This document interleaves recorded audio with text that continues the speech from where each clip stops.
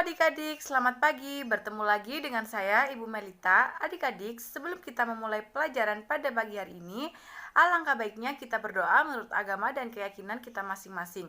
Berdoa dimulai.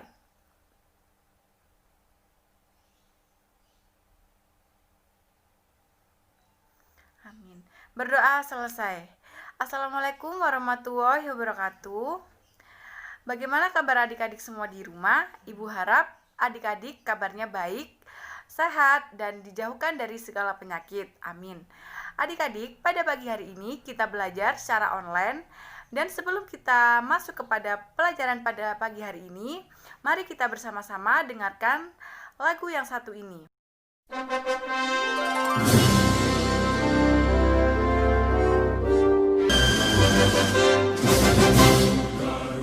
Pancasila, akulah pendukungmu, patriot proklamasi, sedia berkorban untukmu.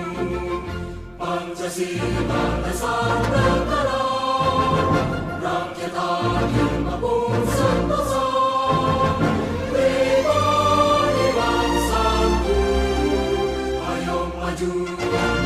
Ayo maju, maju, ayo maju, maju.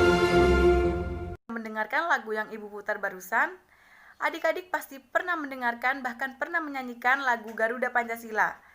Lagu Mars Pancasila atau yang lebih dikenal dengan lagu Garuda Pancasila diciptakan oleh Soedarhanoto. Makna dari lirik lagu Garuda Pancasila artinya kesetiaan rakyat Indonesia kepada Pancasila sebagai ideologi bangsa Indonesia atau falsafah untuk bangsa Indonesia. Adik-adik semuanya, dalam tiap-tiap sila dalam Pancasila mempunyai nilai tersendiri yang terkandung di dalamnya. Sila pertama, ketuhanan yang Maha Esa. Kita sebagai bangsa Indonesia yang mempunyai 6 agama, kita harus menghargai perbedaan agama, menghormati dan bisa bersikap toleransi antar umat beragama. Sila kedua, kemanusiaan yang adil dan beradab. Kita harus bisa menjunjung tinggi nilai, harkat, martabat dan derajat manusia. Dan kita sesama manusia harus saling mencintai. Sila ketiga, persatuan Indonesia. Kita sebagai bangsa Indonesia yang mempunyai begitu banyak suku, ras, agama, dan budaya, kita harus bisa menghargai perbedaan antara suku, ras, dan budaya yang ada di Indonesia, serta kita harus membina persatuan dan kesatuan demi terwujudnya kemajuan bangsa Indonesia. Sila keempat, kerakyatan yang dipimpin oleh hikmat kebijaksanaan dalam permusyawaratan dan perwakilan. Kita sebagai bangsa Indonesia dalam mengambil keputusan harus mengutamakan musyawarah mufakat, serta kita harus menghargai perbedaan pendapat orang lain. Sila kelima, keadilan sosial bagi seluruh rakyat Indonesia, yang berarti kita sebagai bangsa Indonesia harus menjunjung tinggi nilai keadilan dan kebenaran, kita harus bersikap adil sesama manusia, serta kita harus berani bertanggung jawab terhadap perbuatan yang telah kita lakukan. Adik-adik semuanya, pada pagi hari ini kita akan belajar bersama-sama bagaimana sejarah perumusan Pancasila sebagai dasar negara Indonesia. Adik-adik, apakah di sini adik-adik sudah tahu apa itu BPUPKI? Mari kita bahas bersama-sama apa itu BPUPKI.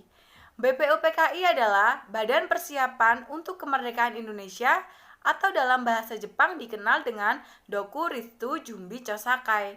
Adik-adik, BPUPKI adalah badan yang dibentuk oleh Jepang.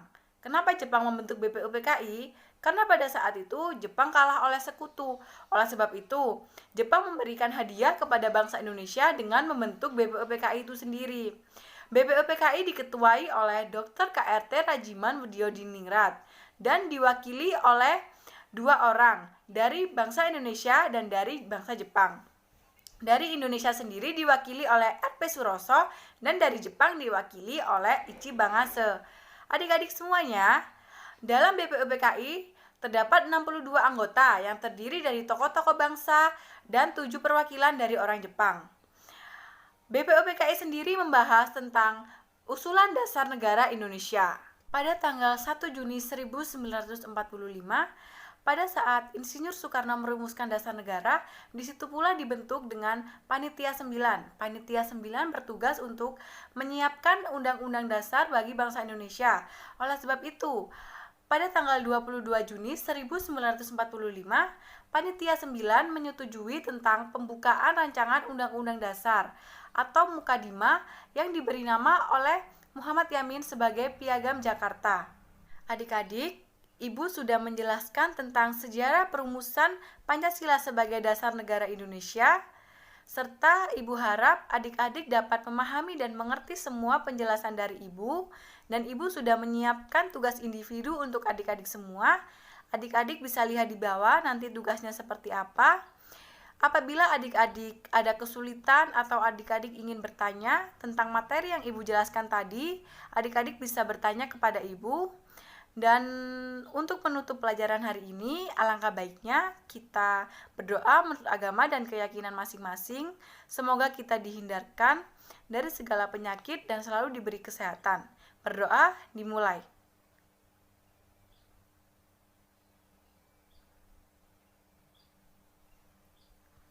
Selesai.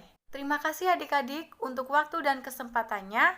Semoga kita dapat bertemu lagi dengan keadaan sehat. Wassalamualaikum warahmatullahi wabarakatuh.